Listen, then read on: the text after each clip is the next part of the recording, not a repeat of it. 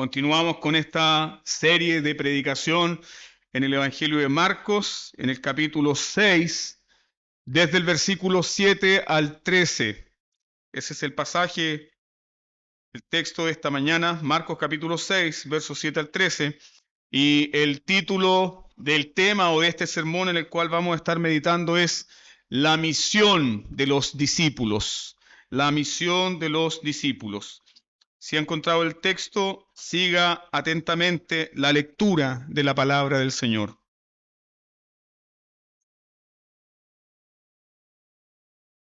Después llamó a los 12 y comenzó a enviarlos de dos en dos y les dio autoridad sobre los espíritus inmundos y les mandó que no llevasen nada para el camino, sino solamente bordón, ni alforja, ni pan, ni dinero en el cinto, sino que calzasen sandalias y no vistiesen dos túnicas. Y les dijo: donde quiera que entréis en una casa, posad en ella hasta que salgáis de aquel lugar. Y si en algún lugar no os recibieren ni oyeren, salid de allí y sacudid el polvo que está debajo de vuestros pies para testimonio a ellos. De cierto os digo que en el día del juicio será más tolerable el castigo para los de Sodoma y Gomorra que para aquella ciudad. Y saliendo, predicaban que los hombres se arrepintiesen y echaban fuera muchos demonios y ungían con aceite a muchos enfermos y los sanaban. Amén. Amén. Demos gracias al Señor por su palabra y juntos roguemos por la iluminación del Espíritu Santo. Padre Celestial, somos necesitados ahora de tu asistencia, de tu ayuda. Somos necesitados, Señor, de la iluminación de tu Espíritu Santo. Somos necesitados, Señor, de la guianza de tu Espíritu Santo. Somos necesitados, Señor, de que el Espíritu Santo tome nuestros corazones, los lleve hacia tu palabra, oh Padre, y podamos ser alimentados por ella. Sin la ayuda, sin la asistencia, sin la guianza de tu Santo Espíritu, tu palabra no tendrá ningún efecto en nuestras vidas. Mas creemos, Señor, que tú nos hablarás. Creemos que el bendito Espíritu tomará nuestros corazones, nuestras mentes, nuestras conciencias y nos llevará a Cristo. Gracias, Padre Celestial, por el misterio y el ministerio de este dulce Consolador, tu bendito Espíritu. Gracias, Padre, por tu amado Hijo Jesucristo, nuestro Señor y Salvador. Gracias, Padre, por tu amor hacia nosotros, tus hijos, y por las palabras de amor que nos das ahora. En el nombre de Jesús. Amén. Comienza entonces este pasaje diciendo que Jesús llamó a los 12. Y básicamente esa es una especie de referencia que hace Marcos o un recordatorio que hace Marcos de algo que ya había sucedido en Marcos capítulo 3, versículo 14 al 15. Marcos capítulo 3, versículo 14 al 15, ahí se nos dice que Jesús llamó a los discípulos para este detalle, para estar con Él.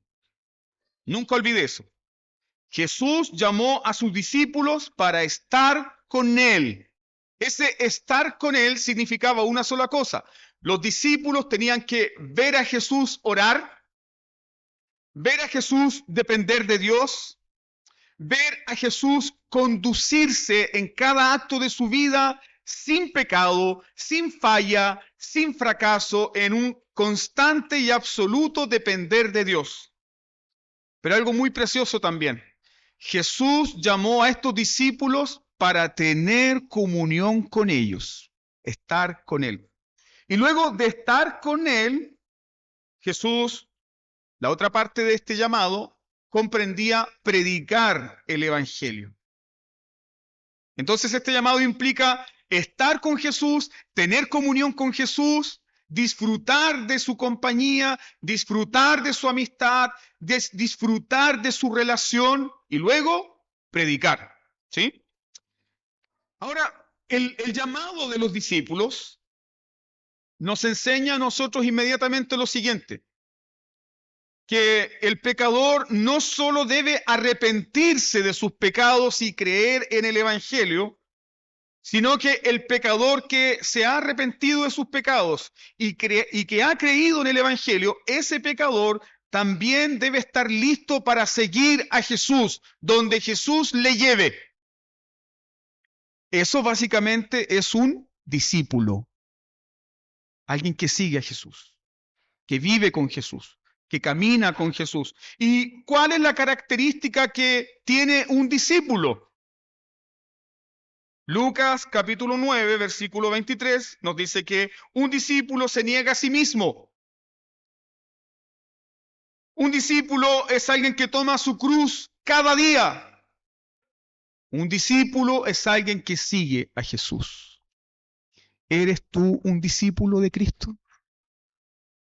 ¿Te estás negando a ti mismo? ¿Estás tomando su cruz? ¿Estás tomando tu cruz con gozo? ¿Aceptas la cruz que el Señor te ha impuesto día a día con gozo?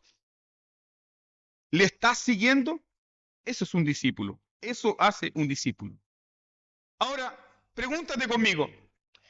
¿Estos discípulos fueron llamados, fueron escogidos por Jesús porque prometían ser buenas personas? ¿Estos discípulos fueron llamados por Jesús porque estaban altamente calificados? Era la crème de la sociedad judía. ¿Jesús los llamó por eso? ¿Jesús los llamó porque tenían una buena forma de comunicar el Evangelio? Tal vez Jesús los llamó porque ellos aportarían algo al ministerio de Jesús. ¿Qué nos dice la Escritura? Lo necio, lo vil, lo menospreciado, lo que no es, eso llamó Dios para avergonzar a lo poderoso de los hombres, para avergonzar a lo sabio de los hombres. ¿A quiénes Jesús llamó? Marcos capítulo 3 nos dice que Jesús llamó a los que Él quiso. Llamó a los que Él quiso. A eso llamó Jesús. Y recuerda, ¿cómo son? ¿Cómo se comportan? ¿Cómo actúan? Esto que el Señor Jesús llamó. ¿Cómo se comportan? ¿Cómo actúan? Bueno, ellos son lentos para aprender. Son torpes. Ellos son prejuiciosos. Ellos son débiles. Ellos son muy torpes incluso para comunicar las enseñanzas del maestro. Es decir, gente que no promete mucho. Sin embargo, cuando el Señor les llamó, ellos, ¿qué hicieron? Dejando al instante las redes. Y uno que era publicano, dejando al instante su banquillo de publicano, dejándolo todo, le siguió. ¿Dónde está la gloria aquí? ¿En aquel que sigue a Jesús o en el que llama? En el que llama. La gloria es de Jesús. Marcos entonces nos está haciendo recordar que estos discípulos cumplieron la primera parte de su llamado. La primera parte de su llamado era orar. La primera parte de su llamado era aprender de Jesús. La primera parte de su llamado era verlo orar a Jesús. La primera parte de su llamado era ver cómo Jesús enseña. La primera parte de su llamado era ver cómo Jesús sana a los enfermos. La primera parte de su llamado era ver cómo Jesús trata a los que están en miseria y en pecado. Ellos fueron testigos. Comían con Jesús, dormían con Jesús, se trasladaban de una ciudad a otra con Jesús, vieron al Maestro mostrar misericordia, vieron al Maestro mostrar compasión con aquellos miserables. Ellos vieron todas esas cosas. ¿Y qué quiere Jesús de ellos ahora? Ahora Jesús quiere que ellos vayan y hagan lo mismo. Ese es el contexto inmediato de este pasaje. Jesús quiere que estos discípulos vayan por ciudad en ciudad haciendo exactamente lo que el Maestro ha hecho. Es decir, la misión de los discípulos es una extensión del ministerio de Jesucristo. Así que el texto nos muestra que ellos, por primera vez aquí, son enviados. La palabra griega ahí enviados es apóstolos. Ahí viene la palabra apóstol. Ellos son enviados, son comisionados, enviados de parte del Señor Jesús a ir a todos los alrededores de Galilea haciendo exactamente lo mismo. ¿Qué deben hacer los discípulos? Predicar, sanar, expulsar demonios y llamar a un mundo incrédulo al arrepentimiento. ¿Por qué? ¿Con qué palabra Jesucristo inaugura su ministerio? Vengan, tengo un maravilloso plan para mostrarles. Vengan, tengo un maravilloso plan para tu vida. ¿Con qué palabras comienza Jesús su ministerio? Arrepentíos y convertíos porque el reino de los cielos ha llegado.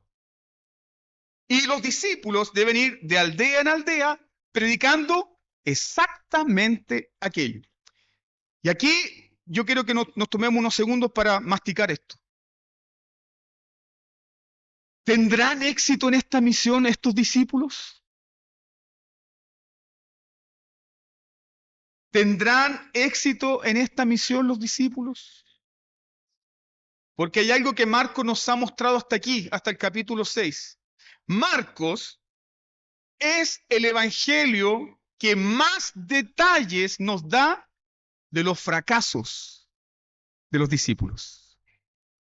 Y tú te puedes preguntar, ¿por qué Marcos hace eso? Bueno, Juan Marcos también es un fracasado. Juan Marcos es aquel que abandonó la misión. Juan Marcos es aquel que le dijo a Pablo, no quiero ir, tengo miedo. Juan Marcos es aquel que es restaurado por Pedro. ¿Quién es Pedro? Otro fracasado más que negó al maestro 3 veces. Por lo tanto, el Evangelio de Marcos son buenas noticias para discípulos que fracasan.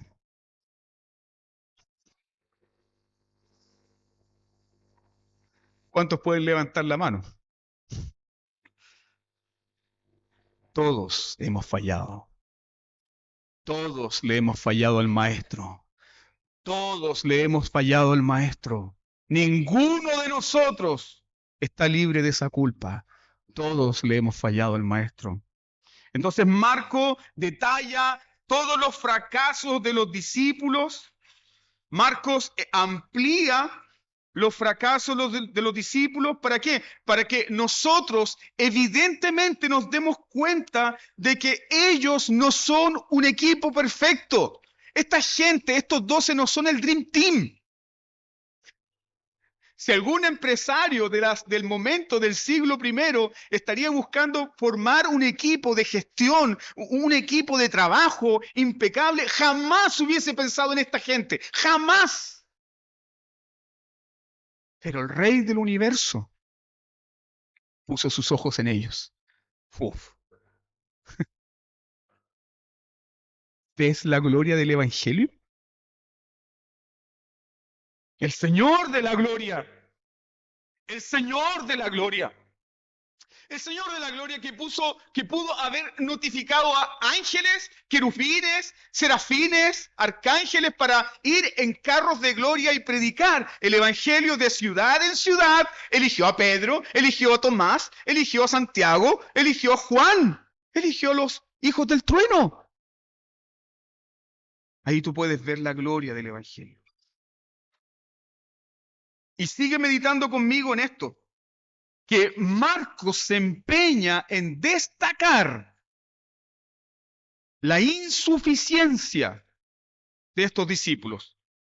Por ejemplo, en Marcos capítulo 4, versículo 10, los discípulos no entienden las enseñanzas de Jesús. Maestro, explícanos qué significa esto. ¿Cómo no entienden? Si no entienden esto, no van a entender ninguna otra parábola más. Marcos capítulo 4, versículo 28 nos dice que estos discípulos ni siquiera pueden confiar en el poder que tiene Jesús para guardarlos. Maestro, ¿no tienes cuidado de nosotros que perecemos? Lo habían visto sanar, lo habían visto hacer milagros, lo habían visto expulsar demonios, pero en el mar de Galilea, ¿yo lo recuerda usted? ¿Qué dijeron? Maestro, ¿no te importa lo que nos pasa? Maestro, ¿nos vas a dejar morir aquí? Ellos tenían a Jesús, al Señor de la gloria, durmiendo en la barca, pero desconfiaban del Señor. ¿A quiénes se parecen estos discípulos? De seguro se parecen a otra iglesia. ¿A quiénes se parecen estos discípulos? Se parecen a ti, se parecen a mí. Tenemos el Evangelio, tenemos el poder de Cristo, Cristo camina con nosotros, pero muchas veces desconfiamos de Él. No, el Señor no está conmigo. No, no hay futuro para mí. No, no hay restauración para mí. No, no hay perdón para mí. No, no hay un nuevo camino para mí. Parece que todo está destruido. Incredulidad. ¿Qué otro detalle destaca Marcos con respecto a estos discípulos? Ellos, por ejemplo, en el capítulo 5, versículo 31, es el pasaje de la mujer con flujo de sangre, ellos no comprenden la compasión y la condescendencia que Jesús tiene con aquellos que están en miseria. ¿Por qué? Porque la mujer con flujo de sangre va postrada, va inclinada y toca el borde del manto de Jesús, ¿cierto? Y Jesús dice, alguien me ha tocado, porque ha salido de mí poder y virtud. ¿Y qué dicen estos discípulos? No, maestro, usted está siendo muy exagerado. La gente lo está apretando, ¿cómo no se da cuenta? Es decir, ¿esta gente tiene discernimiento espiritual? Cero, nada. ¿Pondríamos a esta gente a cargo de una iglesia?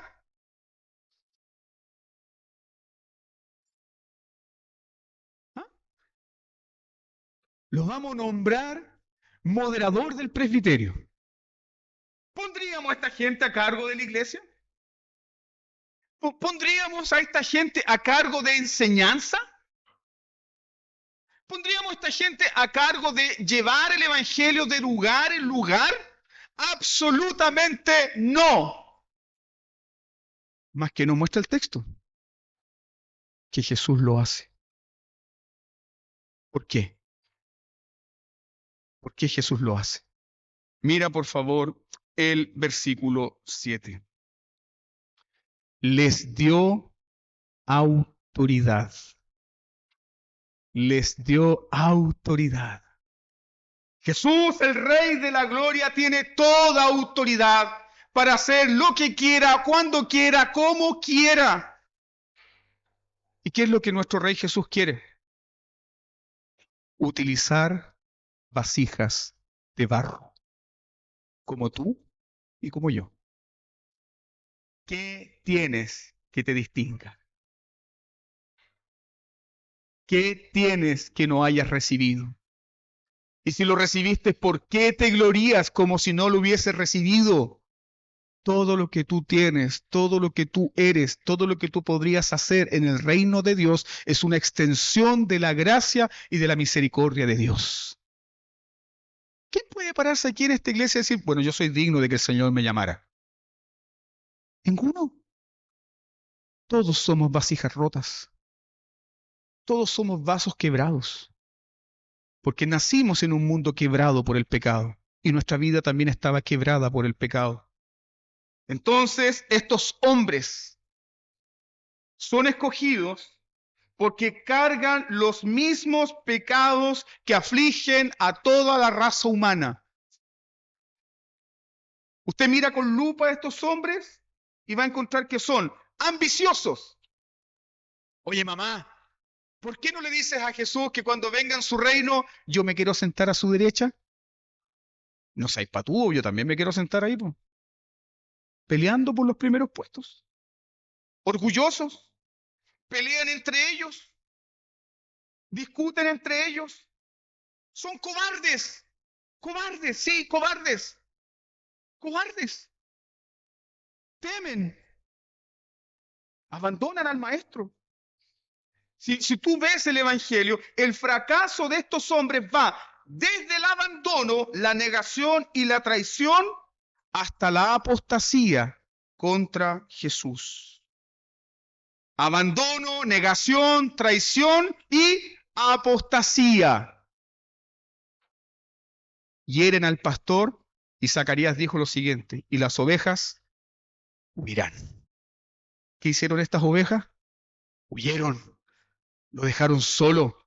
El Señor Jesús le dice: amigos, ayúdenme a orar, mi alma está afligida hasta la muerte. ¿Qué hacen sus amigos? Se quedan dormidos. ¿Quién confiaría en esta gente? ¿Confiarías tú? ¿Confiarías tú? Tú dirías: yo quiero que ellos sean los pastores de mi hijo. En lo absoluto. Entonces volvemos a la pregunta: ¿tendrán éxito estos discípulos en la misión? ¿Tendremos éxito nosotros, discípulos de Cristo, en la misión? ¿Tendremos éxito? ¿Qué nos enseña la Biblia? Sí. Tendremos éxito porque la misión, el reino de Cristo, no descansa sobre nuestros débiles hombros, no descansa sobre nuestras manos sucias, no descansa sobre nuestros pies de barro, descansa en el poder y en la autoridad de Jesucristo, el Hijo de Dios. Por eso la misión tendrá éxito. Por eso nosotros como iglesia triunfaremos, a pesar de nosotros mismos. El éxito de la misión entonces de los discípulos descansa en la autoridad de Jesús, eso es lo que aprendemos del pasaje, y sus instrucciones. Porque lo primero que nos dice Marcos es que Jesús delega su autoridad en ellos, pero también da instrucciones muy claras. Entonces de ahí nosotros obtenemos el siguiente principio: ¿queremos tener éxito como iglesia? Sí, lo tendremos porque la autoridad de Jesús está con nosotros. Pero también se nos llama a seguir, ¿qué cosa? Instrucciones que el Señor ha dado. Si olvidamos las instrucciones que el Señor ha dado, si no tomamos en cuenta las instrucciones que el Señor ha dado, ¿tendremos éxito? No. No tendremos éxito. Ahora, las instrucciones de este pasaje, yo quiero ser muy claro con esto. Las instrucciones de este pasaje, como por ejemplo, ir sin dinero, ir sin 2 túnicas, no llevar alimento, todas esas instrucciones no son aplicables para nosotros hoy. No se aplican para nosotros hoy. Pero sí los principios fundamentales. Y esos son los principios que vamos a repasar en este sermón. Sí, los principios fundamentales. Pero las instrucciones de este pasaje no se aplican literalmente a nosotros. ¿Por qué? Por ejemplo, porque los detalles de esta misión son particular para esta misión y esta misión no volvió a repetirse. Son particulares de esta misión. ¿Y por qué estos detalles no se aplican a nosotros? Simple. Porque si se aplicaran, por ejemplo, si nosotros queremos mandar un grupo de hermanos a predicar a otra región, si aplicamos literalmente esto, ¿qué le diríamos a los hermanos? Hermano, lleve una sola muda de ropa. Hermano, lleve una sola muda de ropa, porque la Biblia lo dice. Hermano, no lleve abrigo ni calzado apropiado para un clima distinto. Y además, hermano, no lleve ni un peso. Confíe en el Señor. Esa es una mala interpretación del texto, ¿no? Bueno, esos detalles no son aplicables a nosotros, pero sí son aplicables los principios fundamentales. Los principios fundamentales son para nosotros. Y vamos al primer principio. ¿Cuál es este principio fundamental? Versículo 7. Confianza. Confianza en la autoridad de ¿quién? Confianza en la autoridad de Jesús. Confianza en la autoridad de Jesús. Versículo 7. Después llamó a los 12 y comenzó a enviarlos de dos en dos y les dio autoridad sobre los espíritus inmundos. ¿Cuál es el principio aquí? Confianza en la autoridad de Jesús. Pregúntate conmigo nuevamente, ¿quién pondría una joya tan preciosa? ¿Quién pondría una joya tan preciosa como el Evangelio en manos tan torpes de estos discípulos? ¿Está pensando? ¿Quién pondría una joya tan preciosa como el Evangelio en manos tan torpes como la de estos discípulos? ¿Quién lo haría? ¿Quién lo haría? Solo el Rey que tiene toda autoridad y majestad en los cielos y en la tierra.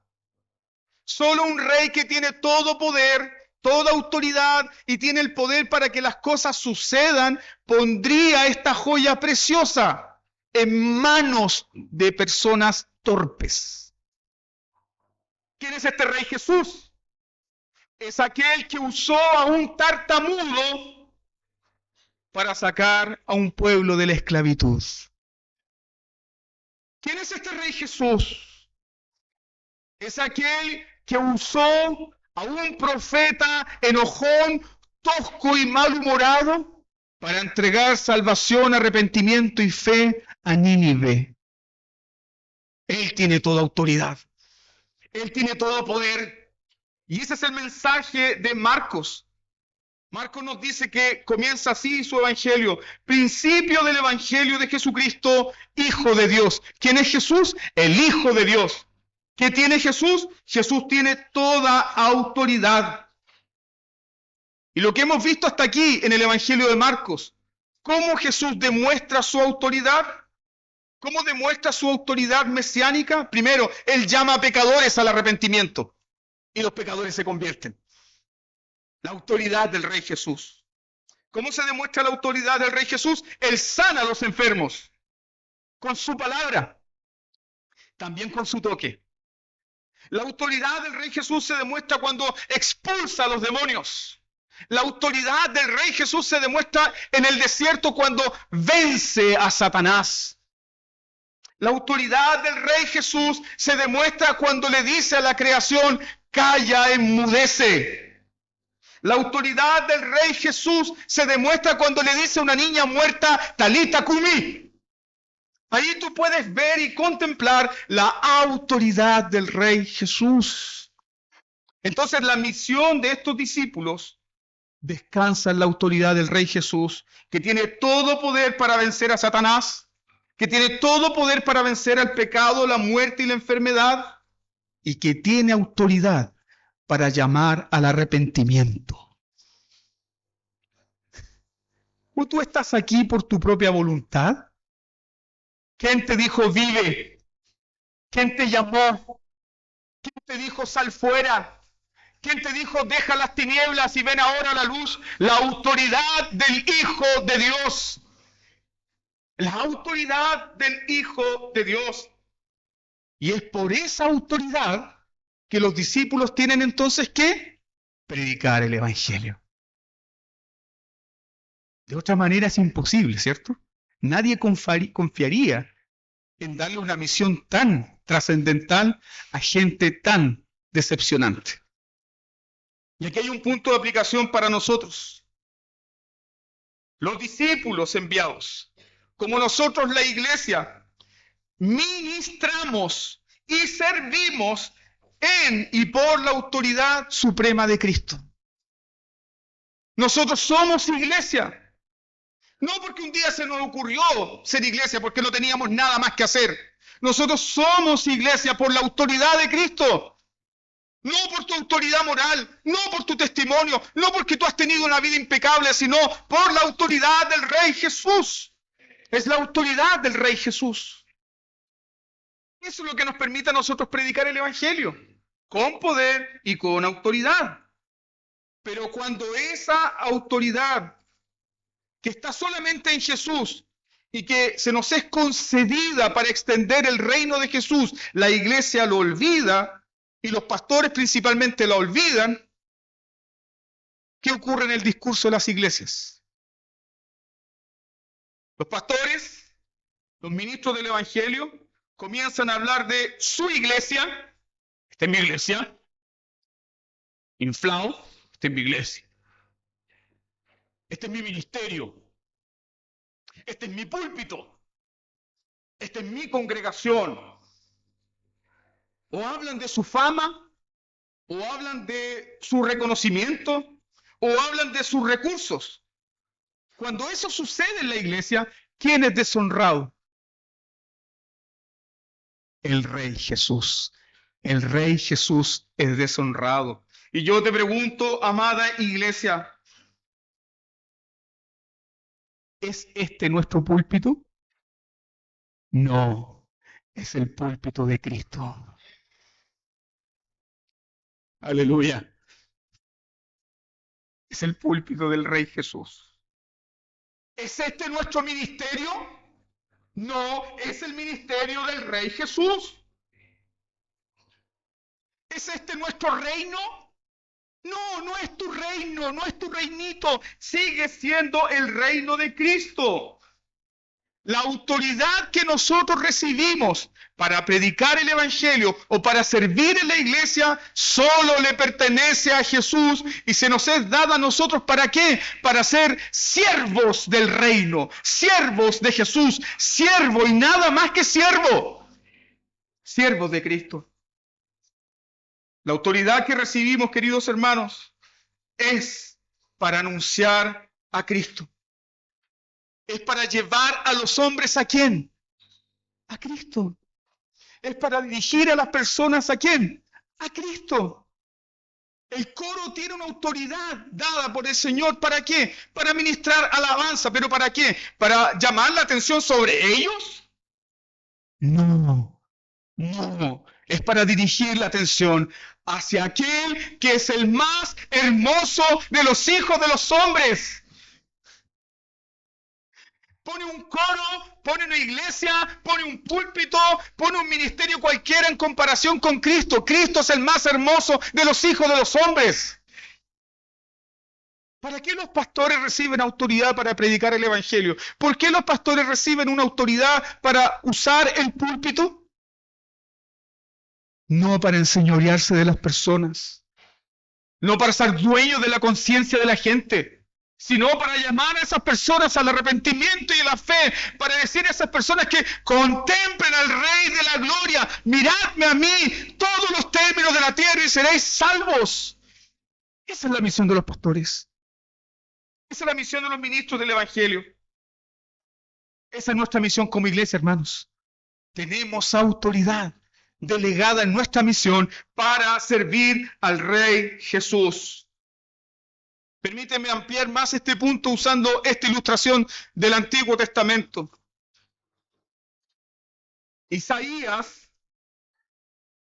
cuando vio la autoridad del Rey Jesús, eso es lo que dice Juan capítulo 12, versículo 41. Juan 12, 41 dice que Isaías contempló a Jesús y que vio su gloria. Eso dice Juan 12, 41. Cuando Isaías contempló la autoridad del Rey Jesús, ¿qué dijo Isaías? Luego de que dijera ay de mí y que recibiera el perdón de sus pecados, Isaías dijo, heme aquí, envíame hermano, heme aquí, envíame a mí. ¿Y qué le respondió el Rey Jesús? Isaías, bajo tu ministerio nadie se convertirá. Isaías, bajo tu ministerio las personas no se volverán a mí. Que tu ministerio conduce a un solo lugar, la destrucción y la deportación. Isaías, bajo tu ministerio, en lugar de las personas que sean quebrantadas, tú vas a predicar para endurecer. ¿Qué dijo el profeta? No me importa importa, Señor, si solo tú eres glorificado. Sabemos que eso no dijo, pero eso es lo que dice la Biblia. No me importa, Señor, tú eres digno de ser anunciado. Eres digno de ser anunciado. La autoridad del Rey Jesús nos hace a nosotros conscientes de que Él es digno de ser predicado, digno de ser anunciado. Y eso nos permite pensar en lo siguiente, que, hermanos míos, no hay grandes iglesias. Si usted está soñando que nosotros seremos una gran iglesia y reconocidos en todo el mundo, olvídese de eso. No hay grandes iglesias. No hay grandes ministerios. No hay grandes predicadores. Hay solo un gran evangelio digno de ser predicado. Pregúntate, ¿cuán grande, cuán sublime, cuán poderoso es este evangelio? Tan grande, tan sublime, tan poderoso, que hasta discípulos torpes como tú y como yo pueden predicarlo. ¿Dónde está la grandeza? ¿Dónde está la grandeza? ¿No es acaso que Dios ha avergonzado la sabiduría de los hombres al tomar lo necio, lo vil, lo menospreciado de este mundo? Sí, hermanos míos. Sí, la grandeza está en el Rey que predicamos. La grandeza está en el Rey que anunciamos. Segundo principio que obtenemos de este pasaje. Jesús les dice a sus discípulos, no lleven nada, les manda de 2 en 2, no lleven alforja, no lleven pan, no lleven dinero ni nada para el camino. ¿Qué principio es el que está ahí? Simple, una fe sencilla y dependiente de Dios. ¿Por qué las iglesias fracasan? Cuando tengamos butacas de cuero, cuando tengamos una gran galería, cuando tengamos una torre que se vea desde todos los ángulos de la ciudad, entonces seremos una gran iglesia. Falso. Falso. Los imperios evangélicos construidos en el poder de la carne están destinados a la destrucción. Fe sencilla y dependiente. Fe sencilla y dependiente. ¿Y dónde se refleja esta fe sencilla y dependiente? El texto dice que ellos fueron enviados en pareja, de 2 en 2. ¿Te imaginas ser pareja de Pedro para predicar?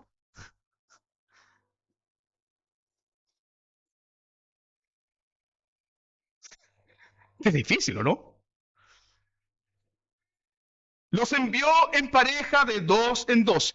Esta forma de utilizar parejas era propia del Antiguo Testamento porque las personas, los pares, las parejas eran utilizadas para confirmar un testimonio público en un juicio.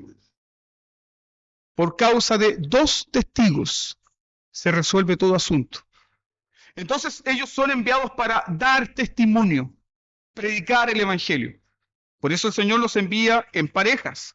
Pero sin duda alguna, que al enviarlos en pareja, ¿qué quiere el Señor que nosotros aprendamos de esto? Que en el reino del Señor, ni usted ni yo trabajamos solos. En la casa del Señor no existen los llaneros solitarios. En la iglesia no existe yo lo hago mejor solo, trabajo mejor solo, pastor. Me resultan mejor las cosas. Yo lo hago mejor solo. No, hermanos míos. Necesitamos ayuda. Necesitamos compañía. Necesitamos la mano amiga. Necesitamos compañeros de milicia. Necesitamos trabajar en compañía de otros santos. Porque somos el cuerpo de Cristo. Eclesiastés capítulo 4, versículo 9 dice, porque son mejor 2 que 1. Necesitas a tu hermano. Pero es que es torpe. Bueno, ¿y tú? Necesitas a tu hermano, pero es que no entiende. Bueno, ¿y tú? Necesitas a tu hermano, necesitas a tu iglesia, necesitas caminar con otras ovejas porque tú también eres oveja. ¿Sí? Somos parte de un rebaño. Necesitamos la compañía de otros. Necesitamos los dones de otros. Necesitamos las capacidades de otros. Necesitamos el aliento y la comunión de otros. No sé si a usted le pasa, pero a mí sí. Mi alma se entristece y me aflijo cuando un domingo uno de los hermanos no está presente. Y uno entiende que muchas veces hay enfermedades, circunstancias, y no estamos juzgando aquello, sino que el sentimiento que nos embarga es este. La iglesia, cuando se reúne en el día del Señor, es un reflejo escatológico ¿de qué? De la gloria celestial. Por eso amamos el domingo. Por eso la sola presencia tuya en el culto da testimonio ¿de qué? De que Dios es importante y de que tus hermanos son importantes. Porque vamos todos caminando al mismo destino, a la patria celestial. Nadie en el reino de Dios, queridos hermanos, es autosuficiente. Por eso somos presbiterianos. Nadie en el reino de Dios es autosuficiente. Necesitas ayuda, necesitas compañía. Nadie en el reino de Dios será eficaz si trabaja solo. Pero ¿para qué voy a tomar la lata de pedir consultas si no me van a echar para atrás el proyecto? No, mejor no. No, hermanos. Necesitamos la sabiduría de otros, necesitamos el consejo de otros, necesitamos escuchar la opinión de otros, porque somos el cuerpo de Cristo. Ni usted ni yo tenemos todos los dones. Los dones completos están en Jesús y Él los ha distribuido ¿dónde? En su pueblo. En su pueblo. Ahora, otro punto que aprendemos acá del versículo 8. Estos discípulos son enviados dependiendo de Dios y no de sus dones, ni sus recursos, ni sus provisiones. Y aquí me gustaría recordar algo en la propia vida del apóstol Pablo. El apóstol Pablo fue exitoso en la misión. ¿Por qué? ¿Porque era el apóstol Pablo? No, porque Pablo estaba rodeado de colaboradores. Lees el fin de la carta a los romanos y Pablo tiene una lista inmensa de todos sus colaboradores. Y es más, Pablo dice, agradezco a Febe que lleva la carta. Y en todas las cartas Pablo está reconociendo a personas que le ayudan, que lo asisten, que le acompañan. Y ahí recordamos el caso de Onesíforo, quien fue a la cárcel para solamente consolar al apóstol Pablo. ¿Qué aprendemos de esto? La misión exitosa es aquella que se desempeña dependiendo de Dios y no de nuestros propios recursos, no de nuestros propios dones, ni aun siquiera de nuestras propias provisiones. Estos discípulos habían escuchado el Sermón del Monte, ¿no? ¿O no lo escucharon? Sí. Sí escucharon el Sermón del Monte. ¿Y qué dijo Jesús en el Sermón del Monte? Mateo 6, 31 y 33. No os afanéis. No os afanéis diciendo qué comeremos o qué beberemos o qué vestiremos, porque los gentiles buscan todas estas cosas. Pero vuestro Padre Celestial sabe de que tenéis necesidad de todas estas cosas. Mas buscad primeramente el reino de Dios y su justicia, y todas estas cosas serán añadidas. ¿Cómo tendremos éxito en la misión? Confía en la provisión de Dios. Fe sencilla y dependiente. Fe sencilla y dependiente. Pero la iglesia hoy en día, ¿por qué no es eficaz en la predicación del Evangelio? Porque no vive una fe sencilla y dependiente. Lamentablemente la iglesia evangélica, estoy hablando de la iglesia evangélica en general, no pensando en un rótulo, lamentablemente la iglesia evangélica tiene un estilo de vida como que si esta vida fuera lo mejor que tiene, como si su mejor vida estuviera aquí y ahora. Si eres un discípulo de Cristo, ¿tu estilo de vida cuál es? Soy extranjero y peregrino. Estoy de paso por este lugar. Y todo lo que el Señor me dé, todo lo que el Señor añade a mi vida, gloria a Dios, es también para disfrutarlo, pero para el avance de su reino. ¿Te has preguntado alguna vez si los arqueólogos encontraron una casa que edificó Abraham? ¿Se lo ha preguntado? Abraham nunca edificó una casa. Abraham nunca edificó una ciudad. Pero la Biblia nos enseña que Abraham dejó un rastro de ¿qué? Altar, altar, altar, altar, altar. Vivía en tiendas saludando a la ciudad que estaba por venir, a la ciudad invisible, donde está nuestro Rey Jesús. Condúcete entonces como un peregrino. Entonces, pastor, ¿eso significa que tenemos que vivir pobres como las ratas? No, no, y mil veces no. El problema no está en el dinero. El problema no está en la riqueza. El problema está en el amor al dinero. El problema está en el amor al dinero. El problema está en el amor a la riqueza. El problema está en ese amor al confort, al bienestar. Porque tu corazón se divide. En lugar de amar a Cristo, que es todo para ti, terminas confiando en el dinero. Terminas confiando en la riqueza. ¿Y qué le ocurre a todo ser humano cuando ya no tiene riqueza ni poder para hacer riqueza? Se frustra, se llena de temor, se llena de aflicción, se llena de agonía. Mas el cristiano no actúa así. El cristiano no actúa así. ¿Por qué? Porque sabe que depende de Dios. Todo lo que tiene es una extensión misericordiosa y condescendiente de la bondad de Dios hacia su vida. Le teme al futuro de sus hijos, teme que no va a poder pagar la educación de sus hijos. Sirve al Señor. Sirve al Señor, busca el reino de Dios primeramente, su justicia, y todas estas cosas serán añadidas. ¿No es acaso ese el testimonio que muchas veces nuestros padres no han dado? Sí, hermanos, sirve al Señor. Tercer punto aplicativo de la misión de Jesús. Los discípulos deben predicar fielmente el Evangelio. ¿Cuál Evangelio? ¿Evangelio de la prosperidad? ¿Cuál evangelio? Evangelio de la autosuperación. ¿Cuál evangelio? El evangelio del arrepentimiento y la fe. El texto dice que ellos salieron predicando que la gente debía arrepentirse. Evangelio de arrepentimiento y fe. Cuando los discípulos salieron a predicar, no inventaron un nuevo mensaje. No acomodaron el mensaje. Tampoco dieron sus opiniones personales. ¿No? Ellos simplemente predicaron el Evangelio de Cristo. ¿Y en qué consistía esa predicación? Llamar a la gente al arrepentimiento. Arrepentidos y convertidos, porque el reino de los cielos se ha acercado. ¿Por qué es tan importante predicar el arrepentimiento? Porque nadie entra al reino de los cielos sin antes pasar por la puerta del arrepentimiento.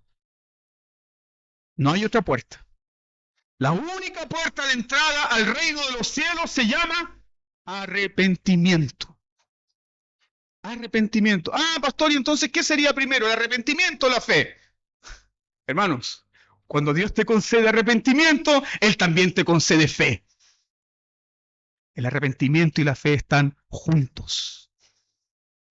Cuando Él te concede arrepentimiento, también te concede fe para creer.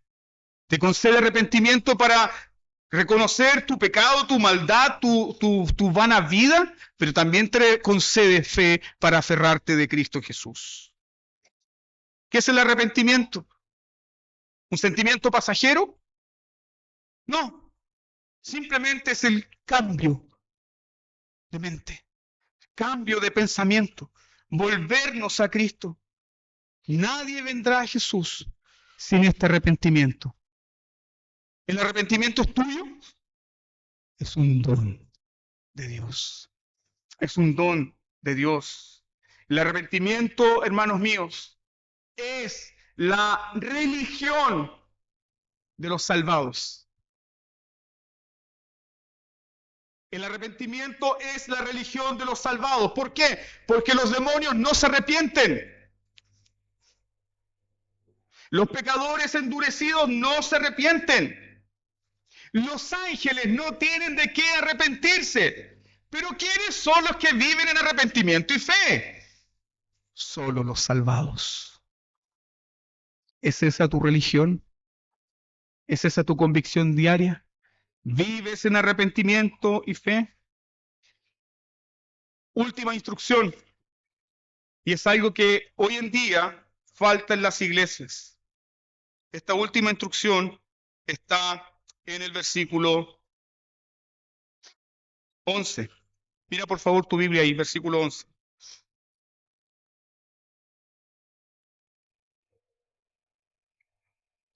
Y si en algún lugar no os recibieren, ni os oyeren, salid de allí y sacudid el polvo que está debajo de vuestros pies para testimonio a ellos. De cierto os digo que en el día del juicio será más tolerable el castigo para los de Sodoma y Gomorra que para aquella ciudad. ¿Cuál es el componente que marca también una misión exitosa? No solamente predicar el arrepentimiento y la fe, también los discípulos deben advertir del juicio.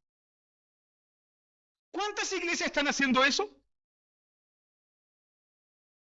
¿Cuántas iglesias le dicen a sus fieles, a sus miembros, vamos a pasar un buen tiempo en la escuela dominical estudiando el juicio de Dios?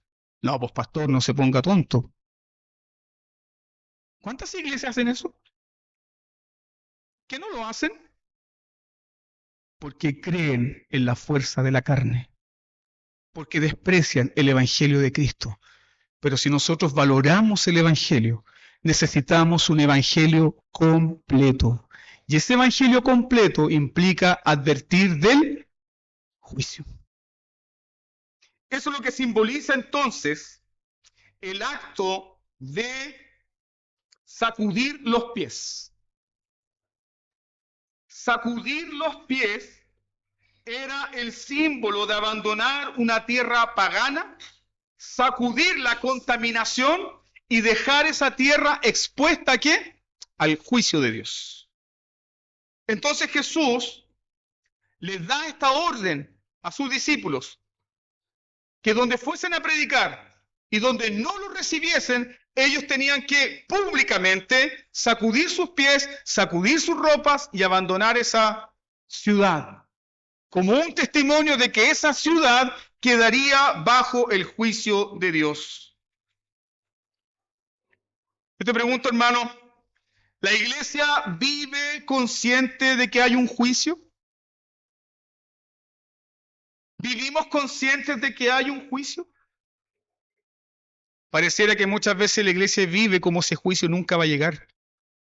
Pero si queremos ser exitosos en la misión como iglesia, nuestros ojos deben estar puestos en esa realidad eterna. ¿Qué dice el apóstol Pablo?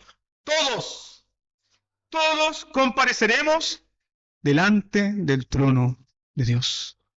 Delante del trono de Dios. ¿Cuál fue el juicio contra Nazaret?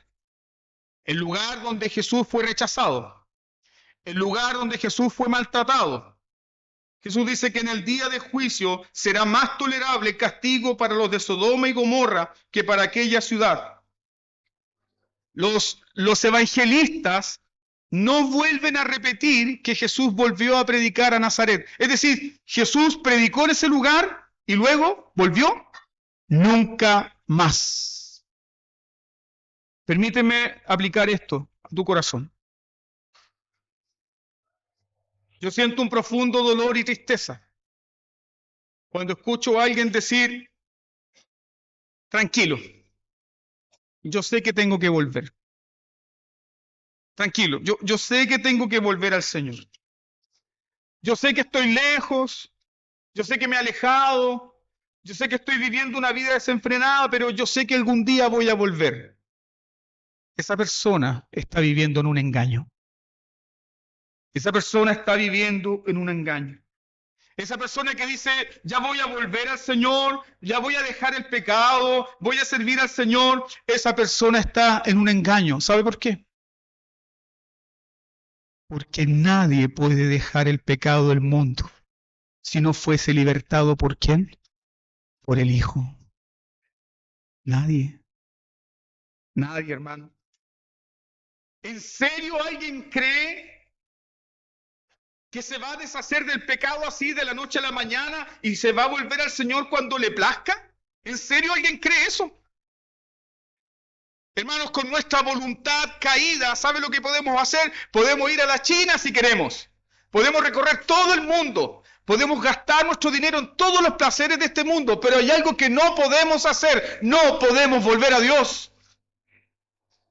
Si Él no nos trae con cuerdas de amor, si Él no nos arrastra con su misericordia, jamás volveremos. Por eso cuando se te presenta el Evangelio, por eso cuando se te proclama el Evangelio, debes correr a Él. No debes decir mañana o el próximo mes. No debes decir el próximo año. Tal vez, como esta ciudad, Nazaret, esta sea la última vez. No lo sabes. No lo sabes. Meditamos en lo siguiente. ¿Por qué el juicio será más tolerable para Sodoma? ¿Se lo ha preguntado? ¿Por qué el juicio será más tolerable para Sodoma que para Nazaret? ¿Por qué el juicio será más tolerable para estas ciudades que el propio Nazaret que vio a Jesús obrar milagros, predicar el Evangelio? ¿Por qué será más tolerable el juicio para Sodoma? Repasa conmigo esto. ¿Sodoma tuvo Biblia? ¿Sodoma tuvo escuela dominical? ¿Sodoma tuvo predicador? ¿Domingo?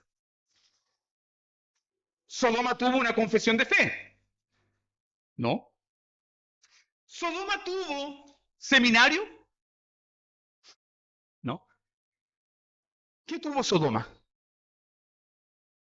Sodoma tuvo la proclamación de la justicia de Abraham, del Dios de Abraham, cuando Abraham liberó a la gente de Sodoma y Gomorra y rescató a su sobrino Lot.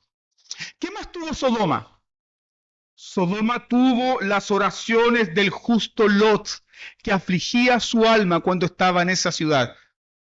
Entonces, si lo ponemos en perspectiva, si Sodoma tuvo eso tan pequeño y fue suficiente para que el juicio de Dios cayera sobre ellos, ¿cuánto más severo será el juicio de Dios sobre toda una generación que tiene tanto del Evangelio?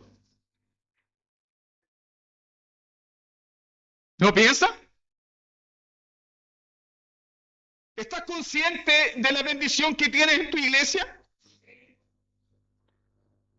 Del tiempo que estás aquí, ¿cuánta herejía se te ha predicado? Del tiempo que estás aquí, ¿se te ha pedido a ti un pacto de dinero para conseguir salvación? Del tiempo que estás acá, ¿se te ha amenazado con que vas a perder la salvación? Entonces, ¿cuánto le debes a la gracia de Dios? Entonces, ¿cuánto le debes al Evangelio?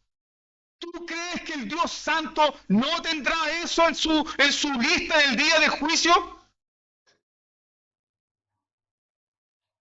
¿Tú crees acaso que no eres responsable por todo el conocimiento, por toda la luz, por todo el material que se te dispone? El juicio será más tolerable para Sodoma y Gomorra que para esta ciudad, que teniendo tanta luz, que teniendo el mismísimo Hijo de Dios predicándoles, ellos eligieron las tinieblas, la indiferencia y la incredulidad. Ellos no se convirtieron. Nunca hubo un pueblo tan bendecido como Capernaum. Y nunca hubo un pueblo tan endurecido como el propio Capernaum. ¿Qué fue lo que dijo Jesús de Capernaum? Escucha por favor. Capernaum, que eres levantada hasta el cielo, hasta el Hades serás abatida, porque si en Sodoma se hubieran hecho los milagros que han sido hechos en ti, habría permanecido hasta el día de hoy. Por tanto os digo que en el día del juicio será más tolerable el castigo para la tierra de Sodoma que para ti. Hermanos míos, ¿qué haremos? ¿Qué haremos? ¿Qué haremos? ¿Cómo responderemos? ¿Cómo responderás tú a esto? ¿Qué dice el Evangelio? Arrepentidos y convertidos. Y ya sabemos que si el Señor te llama ahora al arrepentimiento, Él te concederá la fe. Él quitará el corazón duro de piedra y pondrá un corazón de carne. Él no te dirá, ya es tarde. Hoy es el día de salud. Hoy es el día de salvación. Ven a Cristo ahora. Te invito a postrar tus rodillas y como iglesia, sin temor, sin prejuicio alguno, busquemos el rostro del Señor. Oremos.